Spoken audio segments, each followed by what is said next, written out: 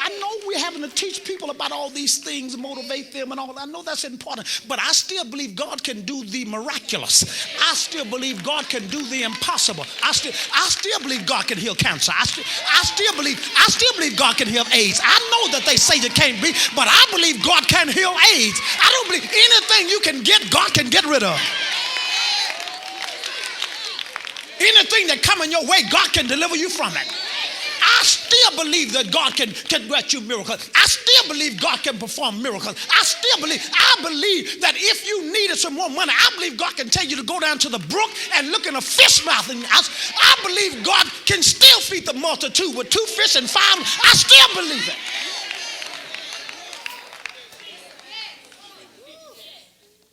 I still believe God can do the miraculous. The miraculous. How many believers do I have here? Now,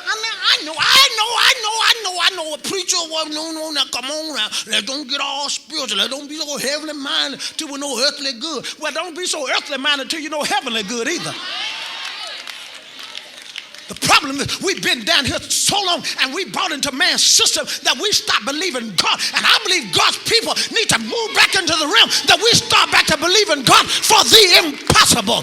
Do I have some people in here that's ready to believe God for the impossible? God, do something in my life that all hell would know, all the globe would know that you did it. Move in my life in an awesome way that everybody would know that you moved in my life.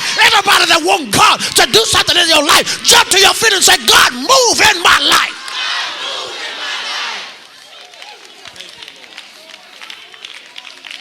Appreciate it, y'all. Can I go a step further? I said, can I go a step further? So even though we know we need to do our homework, we still believe our God. Do I have a believer in here? Do I have about 100 believers? Do I have 200 believers? Then slap somebody and tell them, I don't know about you, but I still believe God. I believe God can call things that be not and bring them into existence. I believe God can speak something into existence. God don't have to use anything on earth to make something happen. God can speak something in existence that ain't never been on this planet.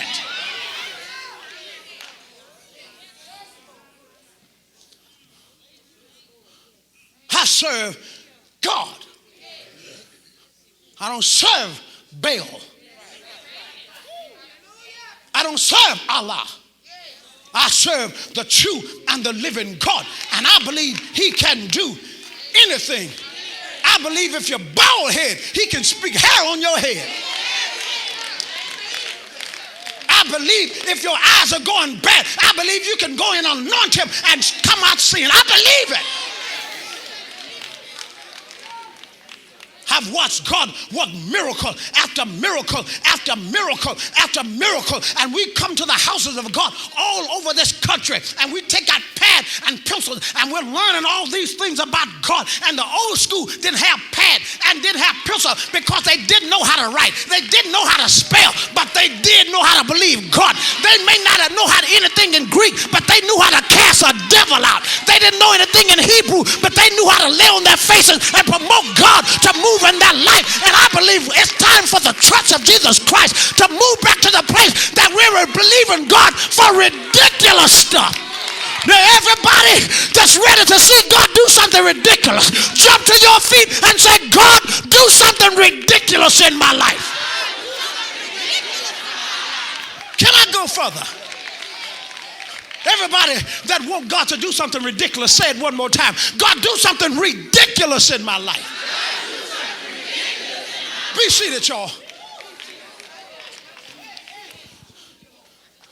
Now understand, sometimes in order, Francis, to provoke God to do something ridiculous in your life, you got to do something ridiculous.